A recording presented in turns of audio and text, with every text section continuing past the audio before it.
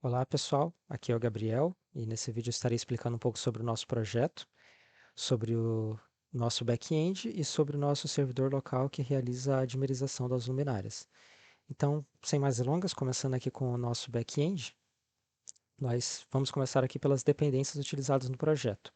A gente tem o bcrypt.js, que vai realizar a criptografia das senhas dos usuários, garantindo que elas fiquem armazenadas no banco de forma mais segura. O body parser, que ele vai receber os dados das nossas requisições e tratá-los devidamente. No caso, nossas requisições vão ser em JSON. O Express, que é o framework principal do sistema, é ele que inicializa o servidor e dita como que tem que funcionar o sisteminha. O nosso o Express Validator, que vai verificar cada dado tratado pelo body parser e efetivamente validar ele no nosso sistema, garantindo que ele esteja no formato correto e tudo mais. O JSON Web Token, que é para geração de tokens e verificação deles, quando um usuário logar no nosso sistema, a gente vai usar o bcrypt para comparar a senha com a senha que foi salva no banco, que vai estar criptografada. E caso o login seja válido, a gente usa o JSON Web Token para gerar um token para o usuário, onde a cada requisição que ele fizer para o sistema, ele vai precisar enviar esse token junto, garantindo que ele é um usuário logado e tudo mais que tem acesso às ferramentas. E o Mongoose, que é o nosso framework que vai nos auxiliar a trabalhar com o MongoDB, que é o banco de dados que a gente vai armazenar os nossos dados e trabalhar com eles. Então, o nosso projeto ele começa aqui no nosso app.js. Então, vamos lá para ele, onde a gente começa lá inicializando. A gente vai fazer dar o require em todas as bibliotecas necessárias ou arquivos, e a gente vai começar inicializando o nosso app a partir do Express. Aqui a gente tem algumas rotas, eu já vou voltar a falar um pouquinho sobre elas. Então, primeiro a gente vai. A primeira o primeiro middleware ali que a gente vai utilizar vai ser o próprio body parser, utilizando o JSON para ele tratar os nossos dados de entrada da requisição, tornando eles trabalháveis, digamos assim, para o nosso projeto, a gente poder utilizar esses dados efetivamente, manipular eles aqui no projeto. Então ele vai tratar todos esses dados logo no primeiro momento. Logo em seguida a gente vai setar alguns parâmetros, como por exemplo a origem de qual a gente aceita que as requisições sejam feitas, no caso que a gente deixou como qualquer origem, mas a gente poderia setar, por exemplo, um domínio para que somente requisições vindas de determinado domínio sejam aceitas nesse back-end, garantindo que a gente não vai ficar recebendo requisições indevidas e etc e tal. A gente tem aqui os, os métodos permitidos no nosso back. No caso, get, post, put, a gente deixou todos os métodos sendo permitidos aqui. O patch a gente até não utiliza, mas deixamos ali. A gente tem os headers, o authorization a gente vai usar bastante, mas alguns headers que muitas vezes são enviados já por padrão. E então a gente efetivamente vai utilizar aqui no nosso app as nossas rotas, que elas foram, que a gente puxou elas, cada uma delas aqui da pastinha de rotas, e inicializa todas elas aqui. A gente já vai abrir uma delas para ver um pouquinho melhor. Se alguma das rotas retorna um erro, a gente tem o nosso Error Handler, que ele vai tratar esse erro só para ele devolver ele de uma forma melhor estruturada na resposta da requisição. Deixar ela numa forma mais padrão, para ficar mais fácil para o front-end interpretar esse erro e saber que ele vai vir sempre num formato esperado. E a gente tem aqui também o nosso banco de dados, que antes a gente estava utilizando ele, declarando e utilizando ele direto aqui no app.js, mas nós decidimos deixar separado, numa pastinha separada, até deixamos aqui a senha e o login com alguns asteriscos para não revelar no vídeo, mas aqui ele basicamente vai inicializar a nossa conexão com o banco de dados MongoDB. E daí, uma vez que a conexão seja inicializada, a gente coloca o nosso servidorzinho, que foi inicializado no Express, para ouvir na porta 8080. Então agora vamos lá para as nossas rotas. Vamos pegar o exemplo aqui da rota de lâmpadas. Aqui na rota de lâmpadas, a gente vai inicializar o router do Express, que vai definir cada uma das rotas, e daí a gente vai definindo todas as rotas que vamos utilizar. As rotas do tipo GET, que normalmente são para trazer dados, as rotas do tipo POST, que normalmente é para criar um dado novo no banco, PUT, que a gente definiu que vai utilizar para atualização de dados já existentes, e o delete, que é para exclusão de um dado no banco. Então a gente tem ali cada uma das rotas com os seus paths, que vai ser o finalzinho da URL que a requisição vai chamar. E aqui, por exemplo, para trazer todas as luminárias, por exemplo, a gente tem o path barra lamps. Para trazer uma única luminária baseada em seu ID, a gente tem o barra lamp barra o próprio ID. Para criar uma nova luminária, o new lamp e assim por diante. Então aqui, a nossa primeira rota, a gente vai extrair todas as luminárias e a primeira coisa que ele vai fazer é ir para o ISAUF, que é o nosso middleware de autenticação. O que seria esse middleware de autenticação? Eu comentei anteriormente que a gente usava o JSON Web Token, que ele vai ser utilizado para gerar um token e a cada requisição que o usuário logado fizer, ele precisa enviar esse token num header chamado authorization. Então ele envia esse token e aqui a primeira coisa que vai ser feita a cada requisição necessária de autenticação, a gente vai validar esse token. A gente vai extrair do header, a gente vai verificar primeiro a existência do authorization. Se esse header não existir, então a gente já fala que não está autenticado logo de cara e devolve um erro, não permitindo o usuário acessar aquele endpoint. Agora, se ele existir, então a gente vai decodificar esse token utilizando o nosso JSON Web Token, onde a gente vai passar lá para ele o nosso token como parâmetro e uma chave aqui, que no caso é uma string. A gente deixou a mesma string que foi usada para gerar o token, a mesma string para decodificar. Então, a gente tenta decodificar o token. Se a autenticação falhar, indicando que o token passado é um token inválido ou um token que expirou, então ele vai retornar um erro dizendo que não está autenticado. Caso contrário, ele consegue, da decodificação do token, extrair alguns dados do usuário. E aí a gente vai armazenar na própria requisição antes dela seguir em frente para o próximo middleware, que seria o ID do usuário, o e-mail e as permissões que ele possui.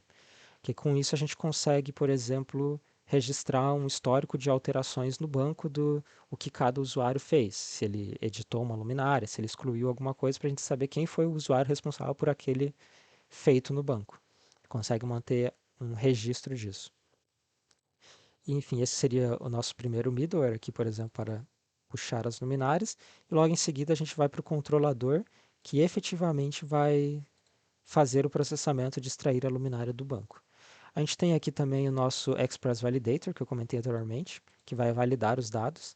Então, por exemplo, aqui na hora de editar uma luminária, eu tenho aqui um lamp ID, que ele vai validar. São validações simples aqui, só verificar se é uma string, se é uma string não vazia. E ele, caso alguma das autenticações falhe, ele sempre tem uma mensagem que ele retorna como parâmetro. No caso, dizendo qual que é o campo que não estava no formato esperado. Aqui a gente está usando check para verificar um parâmetro que está sendo passado na própria URL, um parâmetro query. E aqui a gente está usando body, que é um parâmetro são parâmetros que estão sendo passados no corpo da requisição. Então, aqui no caso para editar uma luminária, a gente deixou como opções permitidas a edição de nome e modelo. Então é assim que a gente valida o, os parâmetros enviados na requisição. Esses parâmetros, por sua vez, quando a gente, após a validação do token, ele vai para o próximo middleware. Se der tudo certo, ele vai para cá, onde ele vai efetivamente, por exemplo, aqui no middleware de pegar uma luminária do banco, ele vai primeiro verificar as permissões, onde a gente extraiu aqui no nosso middleware as permissões do usuário do próprio token decodificado.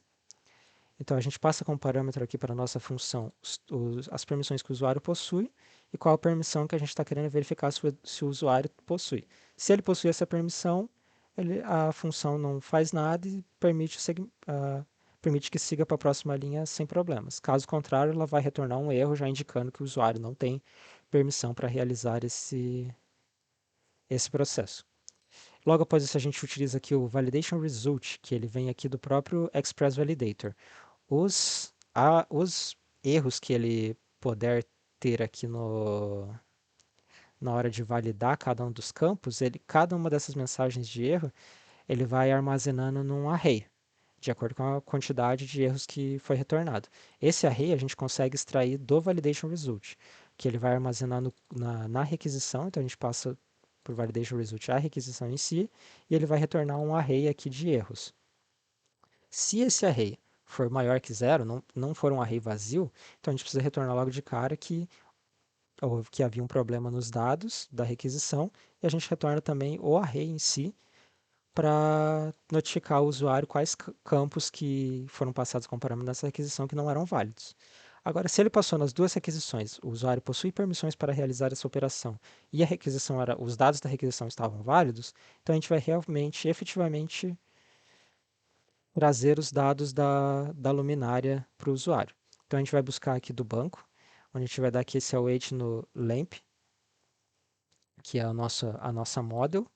A model a gente declara aqui nas models, onde a gente tem o lamp, onde a gente se utiliza da biblioteca Mongoose para declarar um esquema novo, onde a gente vai passar todos os parâmetros que o objeto da lâmpada tem que ter no banco, como o nome, que deve ser uma string, um campo obrigatório, o modelo, que o modelo ele tem que ser um outro esquema, um esquema model, onde ele vai armazenar aqui, na verdade, o ID do modelo que essa lâmpada corresponde. Então aqui ele vai só apontar para esse modelo. Mesma coisa a localização, ele também salva a localização numa coleção à parte e vai armazenando o ID dessas localizações. Ele vai ter ali variáveis do tipo boolean, number, strings, e assim a gente declara o esquema e exporta ele para a utilização, que é o que está sendo declarado aqui, que a gente exportou, puxou ela aqui e está efetivamente usando. A gente vai dar aqui um find by ID, que é uma função ali que o Mongoose permite para encontrar a luminária baseada num ID. O ID foi passado como parâmetro na própria, na própria rota, que no caso a gente está aqui. É o lamp ID passado na própria rota da requisição. Então a gente extrai ele dos parâmetros, o lamp ID, busca ele no banco de dados. Se ele encontrar a luminária sem problemas, então ele armazena aqui no objeto lamp. Se não, ele vai retornar que ocorreu um erro na hora de encontrar a luminária. Essa luminária não foi encontrada no banco de dados. Então, provavelmente o ID que foi passado como parâmetro não existia no banco. Mas se ele conseguiu encontrar a luminária sem problemas, então ele vai buscar o modelo da luminária no banco, porque até então o ponto model era apenas um ID de qual é o modelo. Então agora a gente vai na coleção de modelos e procura por esse ID dessa luminária, para então trocar aqui na luminária, no nosso objeto da luminária, a gente mantém os mesmos dados, porém a gente troca o modelo que antes era uma string pelo próprio objeto do modelo da luminária, que como vocês podem ver contém ali o nome, fabricante, data de fabricação e a vida útil da luminária. E daí a gente faz a mesma coisa para a localização, caso a luminária possua uma localização, que caso a luminária esteja instalada em algum lugar, ela vai ter a localização, então a gente vai trazer também. E daí mesmo esquema, antes era um ID, agora a gente vai substituir esse ID por um objeto contendo o número, o código postal, rua, bairro, estado e ponto de referência se tiver nessa localização. Então, uma vez a gente montando o objeto da luminária completinha, com seu modelo e localização se houver, então a gente devolve a luminária na requisição com o resultado o status 200, que a requisição foi um sucesso, e manda como no mesmo formato que veio, a gente manda no formato JSON, que é o formato mais comum de troca de dados entre front-end e back-end. Então a gente devolve a luminária no formato certinho dela para o front. E a gente tem diversos daí controladores e diversas rotas, cada uma com seus caminhos para serem chamadas e cada uma fazendo uma operação diferente, mas elas sempre consistem em extrair um dado do banco, atualizar um dado já existente, criar um dado ou deletar. E assim o back-end funciona auxiliando sempre o back-end conforme o usuário vai clicando nos botões e fazendo as requisições.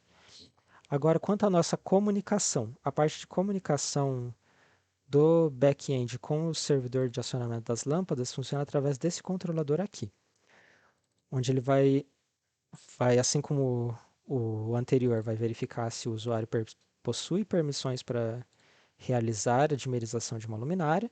Se ele possui, a gente também verifica se a requisição veio com os dados no formato esperado. Se veio tudo certo, então a gente vai realizar aqui o procedimento que vai realmente gerar toda a dimerização da luminária.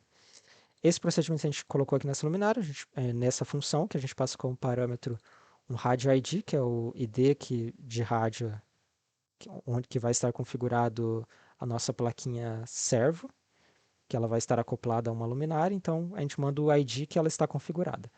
E a porcentagem da dimerização que a gente quer realizar, variando de 0 a 100. Então aqui nessa função, a gente entra nela. O que ela vai fazer? Ela vai criar um novo objeto ela vai criar aqui um novo objeto no Dimerize, da model aqui, desta model, para salvar no banco, que vai conter o rádio ID, a porcentagem, e ele pode ou não conter uma mensagem de erro. A gente vai criar aqui um novo objeto para ser salvo no banco, contendo esses dois parâmetros que foram passados, o rádio ID e a porcentagem. Aí então a gente vai efetivamente salvar esse objeto no banco e pegar da resposta desse salvamento o ID dessa luminária. Para então a gente acionar uma função que ela vai, como o próprio nome diz, esperar por uma alteração ou exclusão no documento, passando como parâmetro o ID desse documento no banco.